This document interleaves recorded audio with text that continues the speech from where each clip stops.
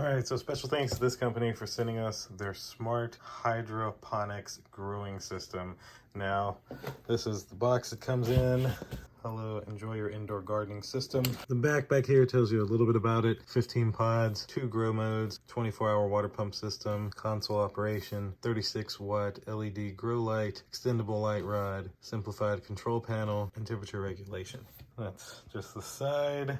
And then over here is the package contents, as well as some voltage and size information. So thanks again to the company for sending it to us. We're gonna get everything out of here and show you what it all looks like outside of the box.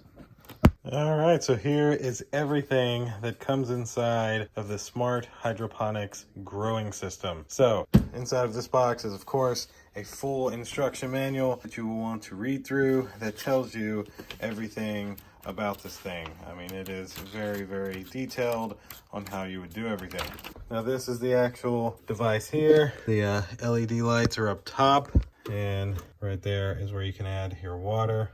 Then down here you have a power button, plant, pump, and Celsius up and down, and some setup buttons as well. Nice company logo there. And then they include all these other accessories. You of course get your power cable to plug all of this in. You get this bag with all of these sticks.